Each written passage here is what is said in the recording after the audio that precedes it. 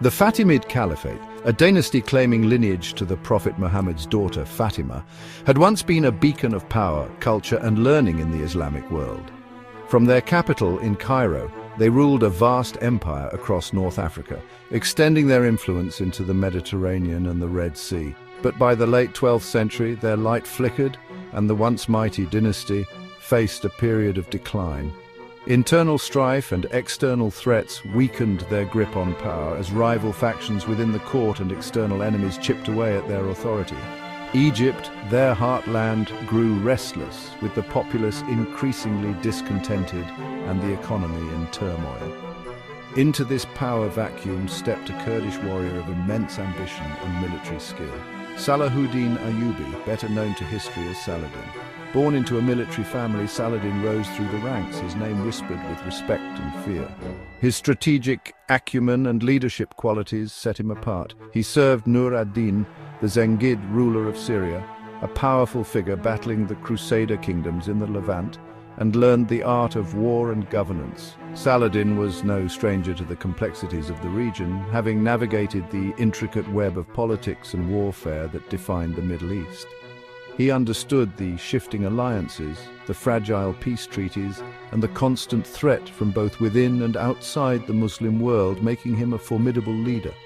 The Fatimid Caliphate, weakened and vulnerable, presented both a challenge and an opportunity, a chance to reshape the political landscape of the Islamic world, and Saladin was poised to seize it. At the heart of the conflict lay a deep schism within Islam, a division that had been brewing for centuries. This was the divide between Sunni and Shia Muslims, two major branches of Islam with differing beliefs and practices. The Fatimids adhered to the Shia branch of Islam, believing that leadership should pass through the Prophet Muhammad's lineage, specifically through his daughter Fatima and her descendants. Their caliph, seen as a descendant of Ali, the Prophet's cousin and son-in-law, held both spiritual and temporal authority, commanding loyalty and reverence from his followers. In contrast, Saladin and his Zengid allies were staunch Sunnis who followed a different interpretation of Islamic leadership. They believed that leadership should be determined by consensus within the Muslim community, not solely by lineage, emphasizing the role of the community in choosing their leaders. This fundamental difference in religious ideology created a significant gulf between the two powers, leading to political and military tensions. The Sunni-Shia divide was not merely a theological debate.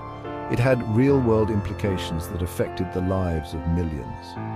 For the Sunni Seljuk Turks, who held sway over much of the Middle East, the Shia Fatimids represented a challenge to their legitimacy and a potential threat to their own aspirations for control of the region, making the conflict inevitable. The stage was set for a confrontation that would have profound consequences for the Islamic world, shaping its future in ways that are still felt today. In 1169, Saladin, a seasoned commander by then, was dispatched to Egypt by Nur ad-Din, his mission to bolster the Fatimid Caliphate against the encroaching Crusader forces. Egypt, the breadbasket of the region, was too valuable to lose to Christian armies.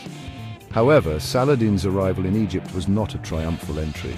He faced suspicion and hostility from the Fatimid court, wary of his true intentions. Court intrigues and whispers of conspiracy filled the palaces of Cairo. Yet Saladin was not a man easily deterred. He understood that true power lay not only on the battlefield, but also in the corridors of power. He began to consolidate his influence, strategically placing his loyal men in key positions within the Fatimid administration and the Egyptian army. His reputation as a skilled warrior and a shrewd political operator grew, further fueling his rise to prominence. The fragile peace between Saladin and the Fatimid Caliph Al-Adid began to crumble. Al-Adid's vizier, Shawar, a man known for his shifting allegiances, feared Saladin's growing influence. He saw the Kurdish general as a threat to his own power base and sought to undermine him. Shawar, in a move that would have disastrous consequences, conspired with the Crusader king Amalric I of Jerusalem. He invited the Crusader army into Egypt, hoping to use them to expel Saladin and solidify his own position. This act of treachery shocked the Muslim world. Inviting Christian crusaders onto Egyptian soil was seen as a betrayal of Islam, and it played directly into Saladin's hands. He now had the justification he needed to move against the Fatimids, presenting himself as the savior of Egypt from both internal betrayal and external aggression. Section 5. The Nile becomes a battlefield. The Nile River, the lifeblood of Egypt, became a battleground. In 1169, Saladin's forces clashed with the combined might of the Crusader and Fatimid armies near Cairo. The Battle of Bilbi's was a brutal affair, a testament to the high stakes and the bitter rivalry that fueled the conflict. Saladin's troops, though outnumbered, fought with ferocity and discipline. They understood that the fate of Egypt, and perhaps the wider Muslim world, hung in the balance. Their arrows darkened the sky, raining down upon the enemy ranks. The Crusader knights, clad in heavy armor, charged with their usual zeal, but the heat and the skill of Saladin's archers took their toll. The Fatimid forces, demoralized and poorly led, crumbled under the onslaught. The Battle of Bilbi's ended in a decisive victory for Saladin. Section 6. Siege of Cairo. With the Crusader threat contained, Saladin turned his attention to Cairo, the heart of the Fatimid Caliphate. He laid siege to the city, his forces surrounding its formidable walls. The siege was a tense affair, a battle of attrition and willpower. Inside the city, panic gripped the inhabitants. Food and supplies dwindled, and the constant threat of Saladin's assault weighed heavily on their minds. The Fatimid Caliph Al-Adid, a ruler more accustomed to the luxuries of the palace than the horrors of war, grew desperate. Saladin, a master strategist, understood the psychological impact of the siege. He offered generous terms to the citizens of Cairo, promising amnesty and protection if they surrendered peacefully. Faced with starvation and defeat, the city's leaders finally agreed to Saladin's terms. Section 7. A new era dawns. In 1171, after years of internal strife and external pressure, the Fatimid Caliphate, once a mighty empire, breathed its last. Saladin entered Cairo not as a conqueror, but as a liberator, welcomed by crowds, weary of war and eager for stability. The last Fatimid Caliph, Al-Adid, died shortly after, his passing marking the end of an era. With the Fatimids vanquished, Saladin wasted no time consolidating his power. He declared allegiance to the Abbasid Caliphate in Baghdad, reunifying Egypt with the Sunni Muslim world after centuries of separation.